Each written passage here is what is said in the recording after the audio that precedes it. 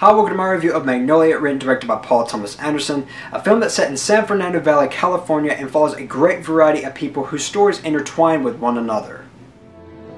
This is not an easy job. I have to take everything and play it as it lays. Sometimes people need a little help. Sometimes people need to be forgiven.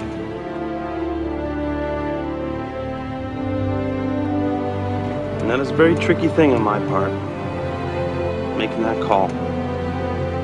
But you can forgive someone? Well, that's the tough part.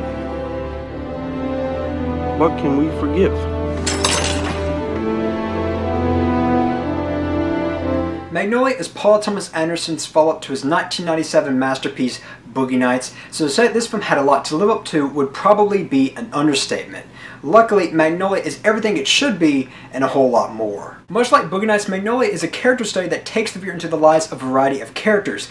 Characters that range from tortured souls to people who are just trying to find someone to love. The film, of course, also features the typical character, or Magnolia's case, characters that are slowly deteriorating, but what makes Magnolia different from all the others is that it's well played out and effective. But what I found to be an even bigger achievement is that these character stories are all taking place at the same exact time, while the film constantly jumps from character to character without ever tumbling over itself. There was never a moment in the film that I found to be over convoluted or too complex. It's just right. And to help connect a lot of these scenes together is the gigantic presence of John Bryan's excellent score. And not only does it help with connecting all of these scenes together, but it also helps greatly with pacing, considering that this film is over 3 hours long and never does it in the slightest feel that way. Before I go on to the main course, I do want to mention Robert Elswit's always masterful cinematography. Just like all of PTA's films, PTA really lets Robert Elswit shine. There are of course the always great tracking shots and long takes that I never grow tired of. And what I also love about the cinematography here is the same that can be said for every PTA picture,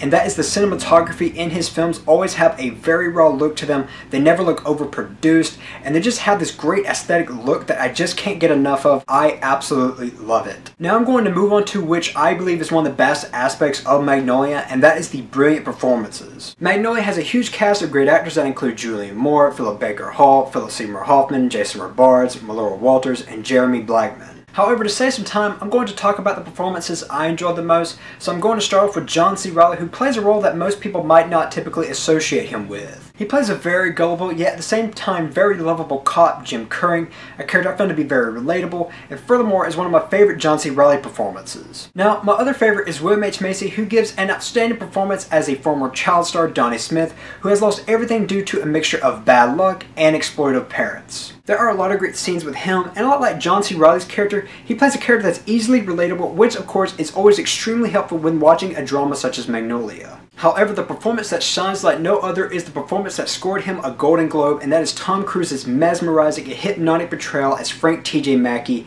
who is a male chauvinistic womanizer that makes a living by publicly giving out advice on how to seduce women. Tame it! Take it on head first with the skills that I will teach you at work, and say, no! No! You will not control me. No! No! You will not take my soul. No! No! You will not win this game.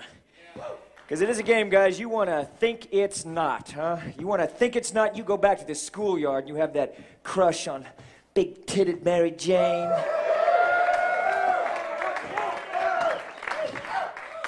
Respect the cock. This really is Tom Cruise giving the performance of his life, and it's even one of my favorite performances that I've seen in a PTA film, which is saying quite a lot. Overall, Magnolia is a film that's really unlike anything I've ever seen. It's a movie that digs deep into urban legends and bizarre coincidences, and also has an ending that no one will see coming. Some might think it's completely stupid. I think it's fresh and brilliant. And last but not least, it's a movie that leaves a lot to dissect and discuss, which is always a huge bonus. I'm going to give Magnolia a low, if there is such a thing, 5 out of 5. It's a nice piece of work, go check it out. I'm Colin Kirkland, and thanks for watching.